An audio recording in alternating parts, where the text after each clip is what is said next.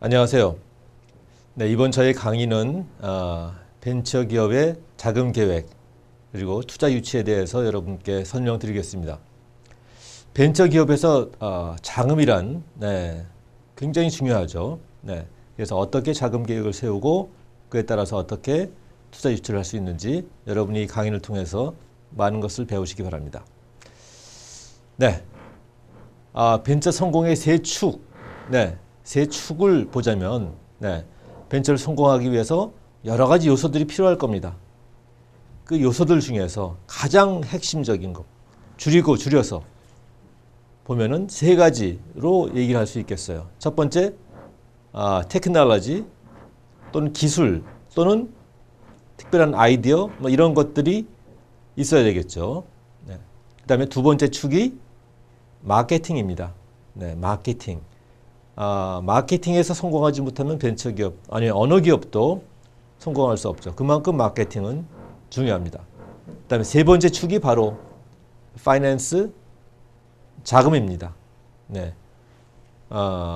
자금이란 어떻게 보면 사람 몸속에 있는 혈액과 같아서 그게 떨어지면 일단은 죽습니다. 돈 떨어지면 문 닫는 거예요. 따라서 이 자금 어떻게 확보하고 어떻게 쓰고 할 것인가 굉장히 중요한 부분이죠. 그래서 이 세 가지가 벤처기업 성공의 핵심 중에 핵심이라고 할 수 있겠습니다. 그 밑에 보면 인더스트리 엑스퍼티즈라고 있죠. 산업 경험 혹은 산업 통찰력 뭐 그런 것들입니다. 그 산업에 대한 경험이 있어야죠. 그 경험을 통해서 통찰력이 생기는 거고 그래서 아무런 경험 없이 그냥 학교를 곧바로 나와서 창업하는 경우는 그만큼 위험성이 있는 거죠. 외부 자금이 왜 필요할까요? 그냥 내가 조금씩 벌어서 조금씩 이익을 내면서 그냥 회사를 키우면 되는 거지. 왜 벤처기업에서는 항상 우리가 외부 자금 혹은 투자 혹은 뭐 용자 이런 것들을 얘기를 할까요? 한번 봅시다. 일반 창업과 벤처 창업을 나눠 봅시다. 일반 창업, 여러분이 만약에 동네에 뭐 작은 아이스크림 가게를 세웠다, 열었다. 그러면 뭐 그 일반 창업이 되겠죠. 하지만 벤처 창업은 특별한 아이디어 혹은 특별한 기술을 바탕으로 하는 창업이 바로 벤처 창업이죠. 차이가 큽니다. 일반 창업의 모습을 보면은 세로축이 머니, 돈이죠. 가로축이 시간축입니다. 보통 비용은 뭐 저렇게 발생할 겁니다. 회사가 점점 커지고 아니면 가게가 점점 커지고 하면 비용이 점점 늘어나겠죠. 그에 비해서 매출은 어떻게 될까요? 이런 식으로 아마 생길 겁니다. 정상적인 기업이라면 여러분이 아이스크림 가게를 하나 세웠다. 첫날부터 손님이 올 겁니다. 하지만 많이는 안 오겠죠. 이제 조금씩 손님이 늘어나고 단골이 생기고 하면서 매출도 점점 늘어납니다. 그래서 비용과 매출이 저런 식으로 증가를 되게 하는데 손익분기점이 바로 저기 매치입니다. 그래서 저 손익분기점까지 빗금친 부분, 저 부분이 바로 손실 부분이죠. 매출보다 나가는 돈이 더 많은 그 기간만 잘 견디면 그때부터는 작은 이익이 생기고 회사가 안정궤도에 올라가는 거죠. 저게 바로 일반 창업의 모습입니다. 그러면 벤처 창업의 모습은 어떨까요? 한번 보겠습니다. 역시 세로축이 머니, 가로축이 시간축입니다. 비용은 뭐 저렇게 발생하겠죠. 회사가 점점 커지고 함으로써 비용이 점점 늘어납니다. 매출은 어떻게 발생할까요? 매출은 전혀 다른 패턴으로 발생합니다. 이런 식으로 발생하죠. 처음 일정 기간 동안 아예 매출이 아예 없습니다. 매출 제로. 그 기간 동안은 회사를 세워서 개발하고 제품 개발, 그 다음에 서비스 개발, 그다음에 앱 개발 등등 하는 기간이죠. 그 기간 동안은 매출이 아예 없습니다. 그러다가 매출이 조금씩 이제 발생하기 시작하죠. 그러다가 어느 순간에 매출이 기하급수로 올라갑니다. 기하급수로. 물론 모든 벤처기업이 다 이런 모습을 보이면 좋겠죠. 성공적인 벤처기업의 모습이 이렇다는 얘기입니다. 많은 기업들이 이렇게 기하급수로 올라가는 모습을 보이지 못하고 그냥 중간에 주저하는 경우도 허다하죠. 아무튼 매출은 이런 패턴으로 발생한다. 네, 아까 저기서 보신 일반 창업하고 전혀 다른 패턴으로 매출이 발생을 하죠. 그래서 이 빗금친 부분이 손실 부분이 됩니다. 그 다음에 손익분기점이 저 뒤에 맺히죠. 네, 손실 부분을 한번 일반 창업하고 비교해 보시죠. 훨씬 크죠. 네. 따라서 저 부분 동안 자금이 부족한 거예요. 네. 따라서 그 자금을 충분히 초기에 확보하지 못하면 안 된다. 네, 그런 겁니다. 자, 우리가 여기까지 얘기를 했습니다만 보통 벤처 창업을 할 때 이 그림도 다 알고 있다. 네, 한동안 매출이 아예 없을 것이다. 그 다음에 매출이 뒤늦게 발생해서 네, 이런 손실 부분이 훨씬 클 것이다 하는 것까지 다 우리가 예측을 하고 시작합니다. 그럼에도 불구하고 돈이 또 부족해요. 네, 열이면 열, 항상 돈이 부족합니다. 왜 그럴까요? 그 이유는 자, 매출이 이렇게 발생할 것이다 하는 걸 갖다가 우리가 예측을 하고 시작을 합니다만은 10중 8구 매출은 어떻게 될까요? 이 계획보다 훨씬 뒤로 늦춰집니다. 네, 아마 내년도 중반이면 매출이 발생할 것이다 하고 예측한 기업이 있다면 그게 중반이 아니라 하반기 아니면 그 다음 연도 연기가 돼요. 지연이 돼요. 그 다음에 비용은 이렇게 발생할 것이다 하고 우리가 예측을 했다고 하더라도 비용은 대개 우리 예측보다 대개 2배 이상 발생합니다. 그러면 이 빗금친 부분이 어떻게 될까요? 걷잡을 수 없이 커지겠죠. 걷잡을 수 없이. 네. 따라서 초기에 자금 부족, 네, 이게 필연적으로 생기는 겁니다. 그래서 벤처기업은 이 자금 부족을 자신이 준비한 돈만으로는 도저히 메꿀 수가 없다. 따라서 외부 자금이 필요한 겁니다. 네, 외부 자금이 왜 필요한지 이제 이해가 좀 되셨죠? 네. 자, 그러면 이건 넘어가고, 네, 투자와 융자를 비교해 봅시다. 따라서 외부 자금, 외부에서 돈이 들어와야 됩니다. 투자를 받건 아니면 융자를 받건 돈이 들어와서 그 돈을 가지고 회사를 꾸려나가야 돼요. 네, 간단히 우리 상식을 한번 점검해 보겠습니다. 투자와 융자, 회사에 돈이 들어온다는 면에서는 공통점이죠. 하지만 투자의 경우는 대개 유상증자라는 행위를 통해서 회사에 돈이 들어옵니다. 삼자배정 유상증자. 좀 어렵죠? 삼자배정 유상증자가 무슨 말일까요? 삼자배정? 제3자? 네, 다시 말해서 기존 주주가 아닌 다른 새로운 사람에게 주식을 배정하고 그 사람으로부터 투자를 받는다. 그런 의미죠. 융자의 경우는 대부분 정부 지원 자금입니다. 왜 은행에서 융자 받으면 안 될까요? 은행에 돈이 더 많은데, 네, 은행은 융자를 해주지 않죠. 네, 이런 리스크가 큰 이런 기업에 은행에서 융자해주지 않습니다. 담보가 없는 한에는. 투자의 대가는 지분 또는 주식이죠. 네, 융자의 대가는 이자와 원금 상환 의무가 있습니다. 네, 그리고 담보는 투자의 경우는 불필요하죠. 담보를 요구하지 않습니다. 융자의 경우는 대개 담보를 요구하죠. 규모는, 네, 투자의 경우는 대개 3억 원 이상, 네, 보통 기관 투자의 경우 3억 원 혹은 5억 원 이상, 네, 하지만 엔젤 투자 같은 경우는 소액 투자도 일부 있긴 합니다. 융자의 경우는 대개 한 2억 원 이하라고 우리가 봅니다. 회사가 부도나면 어떻게 될까요? 투자자에게 별도의 의무는 없습니다. 물론 죄송하다는 말씀을 드려야 되겠죠. 네. 하지만 융자의 경우는 대개 상환 의무가 존재합니다. 그래서 일종의 빚이기 때문에 융자는, 네, 그 빚을 갚지 못하면 어떤 경우는 신용불량자가 될 수도 있죠. 네. 하지만 회사가 반대로 큰 성장을 했다. 네. 했을 경우에 투자의 경우는 지분에 따라서 더 큰 수익을 배분하게 되죠. 물론 융자의 경우는 뭐 별도의 수익은 없습니다. 네, 이렇게 간단하게 투자와 융자를 비교를 해보고요. 자, 기술금융이라. 네, 기술금융이라 하면 보통 기술사업에 들어가는 어떤 투자, 융자, 보증, 출연금 등등을 다 총칭하는 그런 말입니다. 네, 간단히 한번 보겠습니다. 정부의 정책자금. 네, 여기 여러 가지 제가 나열을 했지만 사실은 아주 일부를 나열한 거예요. 정부의 정책자금이 그만큼 많습니다. 그래서 여러분이 초기에는 정부의 정책자금을 잘 활용하시는 게 현명한 겁니다.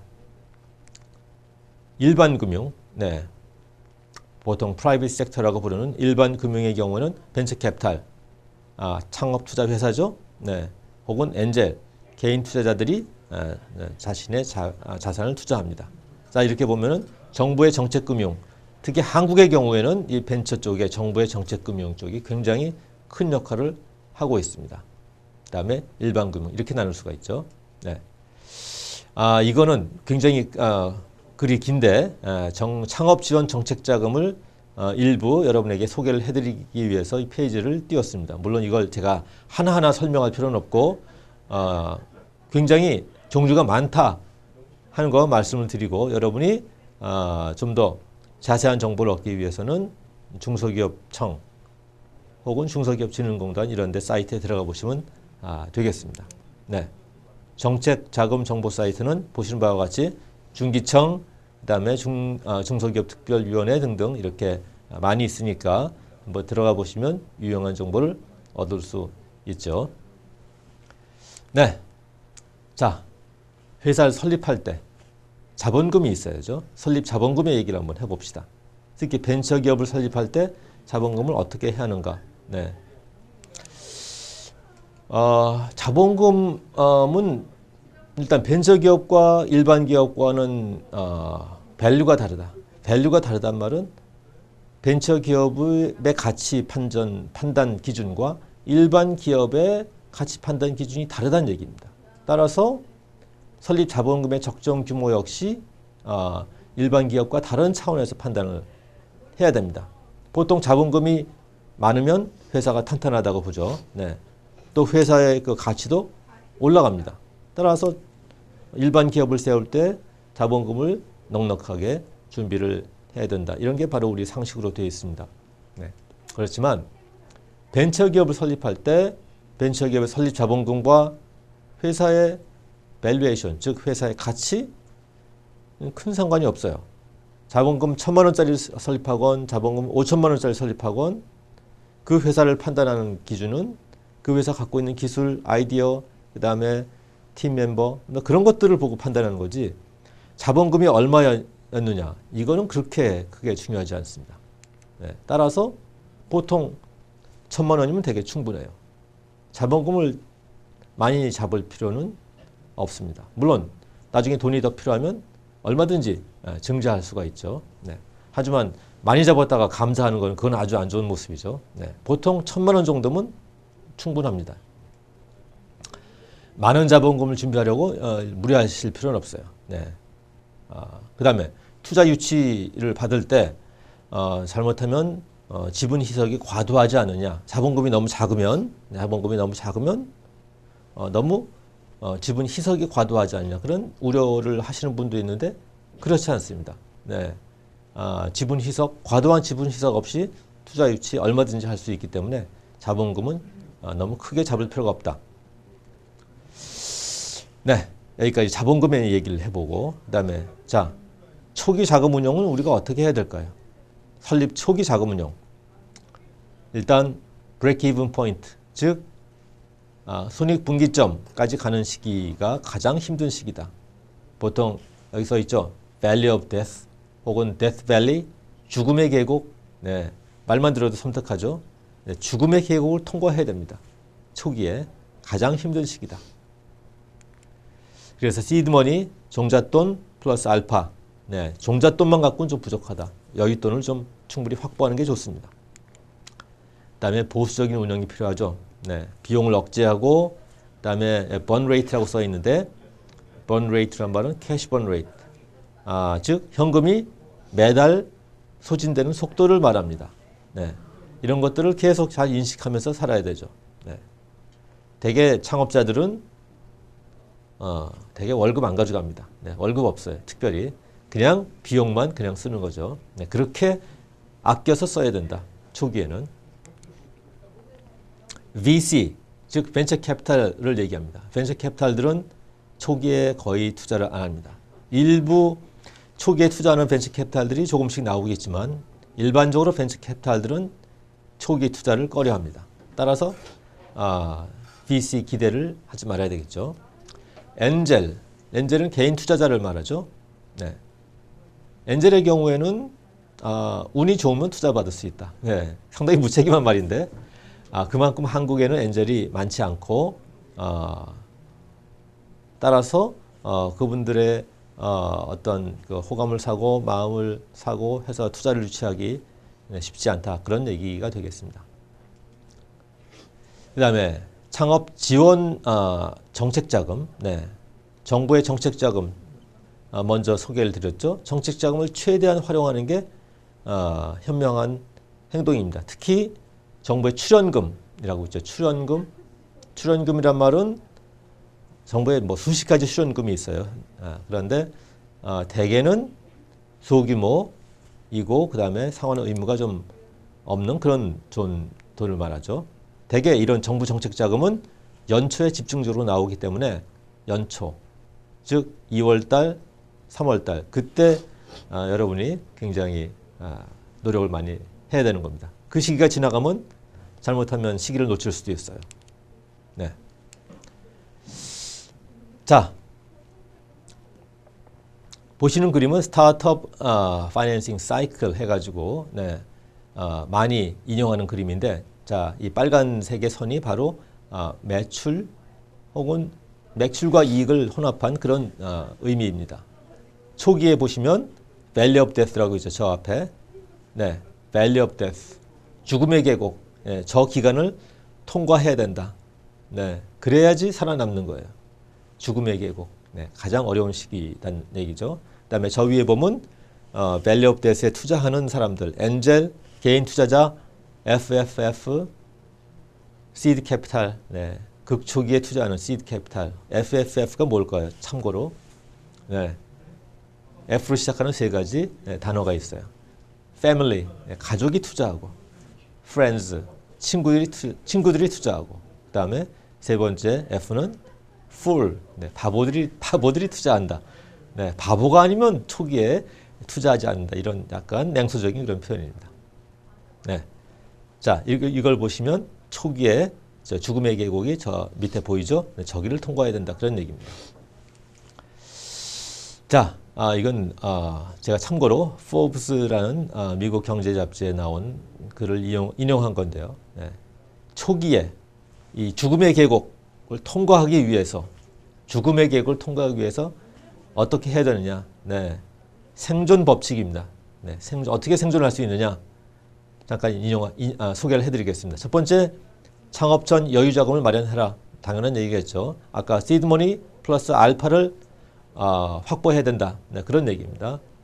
그 다음에 매출 발생할 때까지 제2의 수입원을 확보해봐라. 네, 투잡을 띄워라. 네, 어떤 친구들은 낮에 벤처기업을 운영하면서 밤에는 학생들을 가르치고 뭐 그러면서 수입원을 만들어내는 상당히 힘든 일을 하고 있습니다. 가족, 친지로부터 소규모 투자를 확보해라. 네, 아까 얘기한 FFF의 첫 번째, 가족, 패밀리. 크라우드 펀딩, 킥스타터 같은 크라우드 펀딩이란 말은 불특정 다수로부터 소액을 펀딩 받는 그런 거죠. 네, 조금씩 활성화되고 있습니다. 그 다음에 경진대회, 정부 출연금. 네, 사실 우리나라의 이 창업 경진대회 상당히 많습니다. 네, 경진대회 나가서 우승하면 한 5천만 원 받을 수도 있어요. 그런데 좋은 방법은 아닙니다. 경진대회만 쫓아다니면서 경진대회 그 입상, 그걸로 수익 모델을 삼는 별로 좋지 않은 그런 팀도 가끔 있습니다. 그러다 보면 또 융자 보증, 돈을 확보하기 위해서 뭐 정부로부터 융자를 받는다. 한국에는 기술신용보증기금 같은 데서 대개 보증을 해줍니다. 네. 그런데 그건 빚이죠. 네. 사실 빚을 얻어서 굉장히 위험한 사업을 한다. 그렇게 바람직한 건 아닙니다. 그래서 저는 개인적으로 정부에서 융자 보증 이거는 가급적 피하는 게 좋다. 그런 생각을 가지고 있습니다. 아무튼 다 총망라해 보면은 네. 그다음에 스타트업 인큐베이터. 네. 한국에도 이제 인큐베이터들이 많이 생겨나고 있어요. 거기서 정부 그 공간 제공 그다음에 일부 투자도 해줍니다. 일부 멘토링도 들어가고. 네. 용역 사업 이것도 그렇게 바람직한 건 아니죠. 네. 자기의 본연의 업무가 아니라 다른 용역을 해서 돈을 번다. 네.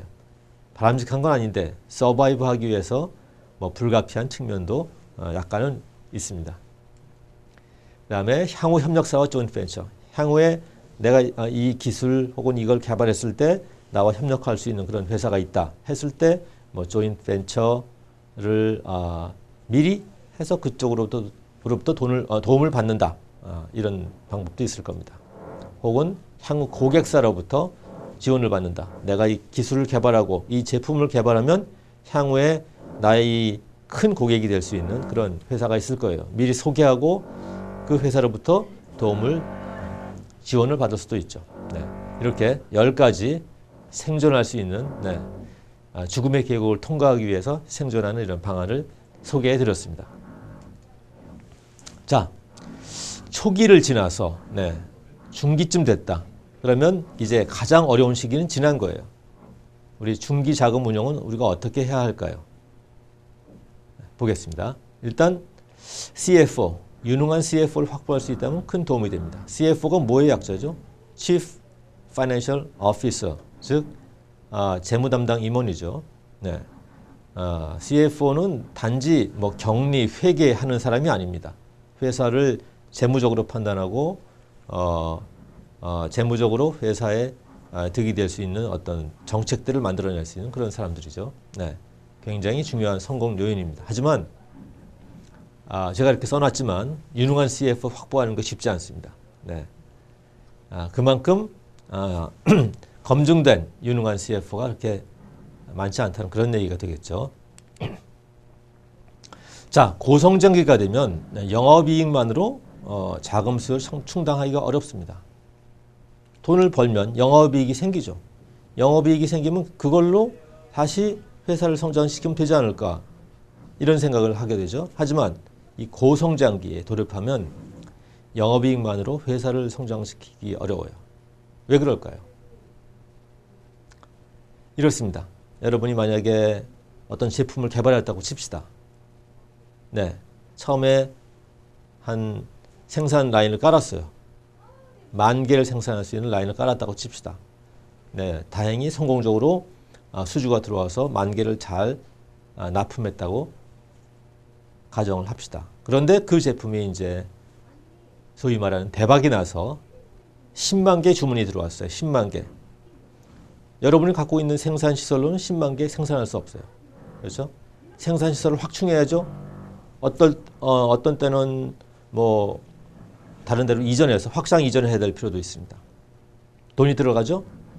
또 10만 개를 생산하기 위해서는 원자재를 구매해야 돼요. 원자재는 무슨 돈으로 구매하죠? 돈이 없어요. 네. 자그마한 영업이익만으로는 턱없이 부족합니다. 따라서 돈은 항상 부족한 거예요. 회사는 고성장기에 들어가서 너무너무 이제 활력이 넘치는데 돈은 항상 부족하다. 네. 그런 상태가 되는 겁니다. 따라서 그런데 은행 차입 회사채 발행은 거의 불가능하죠. 왜냐? 이 작은 벤처기업은 신용도가 낮기 때문에. 네. 따라서 이런 재무적 시뮬레이션, 네. 즉 우리가 몇 개를 생산해서 돈이 어떻게 들어오고 이걸 잘 뭐 수십 가지 시뮬레이션을 잘 해봐서 가장 최적의 방향을 정해야 되는 겁니다. 그리고 투자 유치를 통한 적극적인 자금 운용이 최선이다. 투자 유치. 네. 만약에 여러분이 10만 개 오더를 받았는데 여러분이 생산 능력이 3만 개밖에 안 된다. 그러면 어떤 이제 조심성 많은 CEO는 3만 개. 그러면 우리가 3만 개만 오더를 받고 3만 개만 납품을 하자. 네. 그러면 아무 무리가 없는 게 아니냐. 이런 사람도 있을 수 있고, 어떤 경우는 10만 개, 10만 개를 하기 위해서 투자 유치를 통해서 돈을 더 들여와서 생산 라인을 더 확충하고 해서 10만 개를 납품하자. 네, 그런 사람도 있을 겁니다. 정답은 후자죠. 네, 투자 유치를 통한 적극적인 자금 운용, 이게 정답입니다. 그 다음에 IR 기법, Investor Relations, 즉 투자자에게 회사를 효과적으로 홍보하는 그런 기법들, 그런 것들이 있어야 되죠. 타이트한 자금 계획, 네, 필수적이죠. 방만한 경영은 실패의 지름길이다. 방만한 경영, 방만해질까요? 네, 네. 회사가 중기, 초기를 지나서 이제 매출이 발생하고 이제 중기쯤 되면은 방만해지는 사람 가끔 있습니다. 제가 이런 사람을 봤어요. 제가 오래전에 벤처 캐피탈 역할을 할 때 모 회사를 한번 방문한 적이 있습니다. 그 회사에서 투자 유치를 위해서 저를 초청한 거예요. 그 회사를 방문해 봤어요. 삼성동에 아주 멋진 건물에 회사가 있었습니다. 가보니까 총 직원이 한 20명 정도 되는 작은 기업이었는데 사장실이 따로 있어요. 네. 사장실에 들어가 보니까 사장실이 범상치가 않아요. 네. 카펫이 이렇게 깔려 있고 이 벽에는 뭔가가 이렇게 꽂혀 있습니다. 뭔가 봤더니 와인이 꽂혀 있어요. 네, 사장님 취미가 상당히 고상하시구나. 당시 사장님이 30대 초반이었는데, 네. 그 다음에 반대쪽을 보니까 오디오 세트가 이렇게 있습니다. 오디오가 보니까 내가 첫눈에 보기에도 범상치 않은 엄청나게 큰 오디오들이 있어요. 사장님이 저를 보고 제가 오디오를 유심히 보는 걸 보시더니 자랑을 하시더라고요. 이 오디오가 얼마짜리인 줄 아냐고. 이게 얼마짜리입니까? 물어봤더니 2억 원이래요. 2억 원. 2억 원짜리 오디오를 사장실에 세팅을 해놓고 그분은 투자 유치를 위해서 저를 부르신 거예요. 그래서 저는 대충 설명을 듣고 회사를 나오면서 그 회사를 마음에서 접었습니다. 바로 방만한 경영이죠. 네. 벤처기업의 CEO는 아주 검소해야 돼요. 네. 그래서 요즘은 그런 분이 없지만 과거에 어떤 벤처기업 대규모 투자를 유치했는데 투자하고 나서 제일 먼저 한 게 자동차부터 바꾸더라고요. 자동차. 네. 고급 자동차로. 그것도 안 좋습니다. 검소하게 끝까지 행동을 해야죠. 네. 그 다음에 CEO가 자금에 대해서는 항상 파악하고 있어야 한다. 항상의 따옴표가 되어 있죠. 네. 보통 CEO가 CFO한테 자금을 맡긴다. CFO가 여러 가지 자금에 관한 그런 일을 하겠죠. 하지만 자금이라는 거는 너무나 중요하기 때문에 남에게 일임하고 CEO가 모르고 있다. 그건 정말 위험한 거예요. CEO는 자금 혹은 재무 이런 걸 갖다가 위임하는 거지 모르고 있는 게 아닙니다. 항상 파악하고 있어야 한다. 네, 그런 얘기예요. 재무적 컨틴전시 플랜, 대안이죠. 만약에 이번 투자를 받으면 우리가 성공하고 투자를 못 받으면 우리는 문 닫는다. 이런 무아림 도식의 경영을 하면 안 되겠죠. 재무적인 대안을 항상 가지고 있어야 한다. 그런 얘기입니다. 투자 유치. 자, 투자 유치는 선택일까요? 필수일까요? 자, 이 그림을 보면은 스테이지 1, 2, 3가 있죠. 네. 투자 유치를 한번 받을 때마다 회사는 한번 성장을 합니다. 회사가 성장이 정체될 때 외부에서 돈이 들어오면서 새로운 피가 수혈되고 새로운 어떤 능력이 생기는 거죠. 더 좋은 사람을 뽑을 수 있고 그다음에 연구개발을 더 확충할 수 있고 그래서 회사는 성장하게 되는 거죠. 그래서 보통 투자를 이렇게 몇 단계 받은 다음에 이렇게 IPO, 네, 즉 회사의 그 기업 공개, 네, 거기까지 간다면 성공적인 트랙이 되는 겁니다. 창업자 지분 문제에 대해서 얘기를 해볼까요? 창업자 지분 굉장히 민감한 문제죠. 네, 외부 투자를 받으면 창업자 지분이 희석되죠. 만약에 여러분이 창업자다 생각했을 때 여러분이 지분이 100%다. 네. 그랬는데 외부 투자를 받으면 당연히 100%에서 줄어들겠죠. 왜냐? 다른 지분이 생기기 때문에. 네. 경영권, 기업 지배 구조에 직접적인 영향을 미칩니다. 아주 예민한 문제예요. 따라서 조심스럽게 접근을 해야 됩니다. 그러면 창업 당시 창업자는 지분을 얼마나 보유하는 게 좋을까요? 무조건 많이? 100%? 아니면 창업팀들에게 골고루 나눠줘서? 네. 여러 가지 방법이 있겠죠. 네.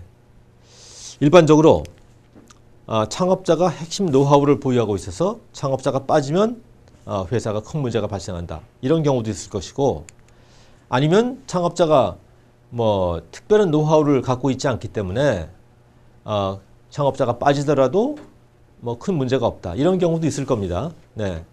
전자의 경우는 창업자가 빠지면 어차피 문제가 많이 생기기 때문에 어느 정도 지분 분산, 네, 괜찮습니다. 하지만 최대 주주의 지위는 물론 확보하고 있어야 되겠죠. 후자의 경우, 네, 창업자가 빠지더라도 회사는 큰 문제가 없다. 이럴 때 창업자의 어떤 경영권 문제 굉장히 도전받을 수 있죠. 네, 따라서 경영권 방어에 대해서 상당히 민감하게 대응을 해야 되고, 네, 최대한 확보를 해야 된다. 여기 보면 과반수 플러스 알파 이렇게 되어 있는데, 대개 창업 당시에 최대 주주의 지분이 대개 60% 정도 확보되면 상당히 안정적이다. 이렇게 볼 수 있습니다. 물론 창업팀이 상당히 많을 때는, 네, 어느 정도 배분이 돼야 되겠죠. 창업자 지분의 예를 한번 볼까요? 네, 3명이 공동 창업을 하고 있다. 그런데 세 명의 기여도가 비슷하다 했을 때 어떻게 지분을 나누면 좋을까요? 예를 들어서 CEO 대 CTO 대 CMO다. 네, 1대1 대1 각자 뭐 그냥 클래스메이트다 했을 때, 네, 어떤 게 좋을까요? 여기 나온 1대1 대1은 안 좋습니다. 아주 예민한 문제. 창업자 간 갈등을 처리하기가 매우 쉽고, 이 지분 때문에 창업 동지들 간에 갈등이 생겨서 결국 헤어지는 경우 가끔 있습니다. CEO에게 많이 배정하는 게 기본이죠. 그럼 얼마나 많이 배정하는 게 좋을까요? 33.3%가 아니라 34%? 네, 그건 너무 적죠. 보통 CEO의 역할이 다른 두 사람의 역할보다 크다고 봅니다. 따라서 이 지분도 거기에 맞게 배정하는 게 좋습니다. 지분 분산이 너무 잘 돼 있다. 뭐 1대1 대1 아주 골고루 분산되어 있다 했을 때 경영권 안정 문제가 나오죠. 왜냐? CEO가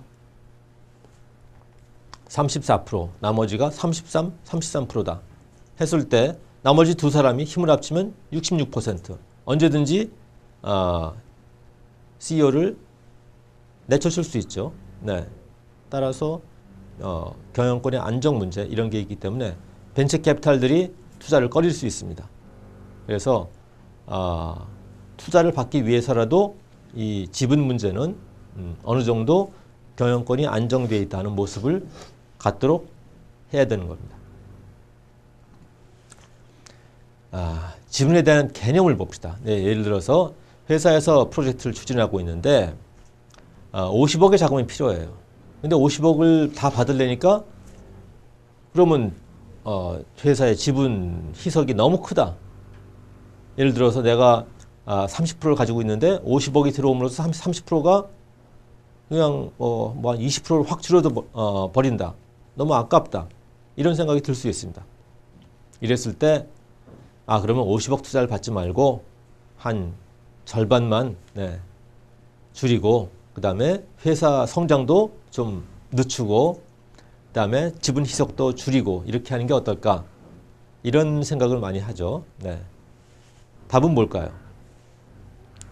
네, 답은 그렇게 하면 안 된답니다. 우선순위는 나의 지분 유지하는 게 아니라 회사의 성장이 최우선순위다. 네. 파이를 키워서 파이가 훨씬 커지면 그에 대한 나의 몫도 커지는 거죠. 네. 그래서 지분에 대한 과도한 집착, 네. 그게 바로 회사의 성장을 방해하는 겁니다. 자, 마지막 페이지 한번 봅시다.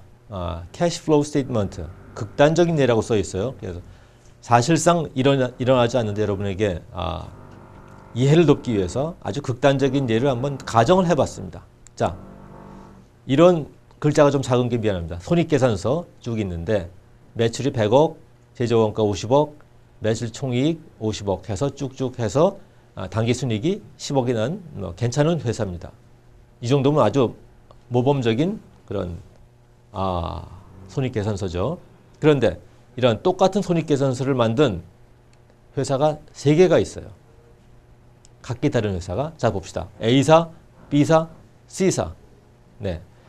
A사는 보니까 현금 매출과 매입이 100% 현금이에요. B사를 보니까 매출은 현금, 매입은 외상매입금, 즉 외상매입금, 외상으로 물건을 사다가 만들어서 팔 때는 현금을 받고 팔았다. 그런 얘기죠. C사의 경우는 매출과 매입이 전부 외상, 외상으로 사다가 물건을 만들어서 팔 때도 외상을 팔았다. 네, 그런 가정입니다. 네. 자, 현금 흐름표를 보면 A사, B사, C사가 완전히 달라요. A사는 물론 현금 흐름표 이걸 좀 읽으시려면 재무에 대한 약간의 지식이 좀 필요합니다. 아무튼 이 손익계산서에 나온 당기순이익 10억이라고 했는데 현금 흐름을 보면 플러스 20, 거기다 플러스 20이 현금이 더 있다. 20억이.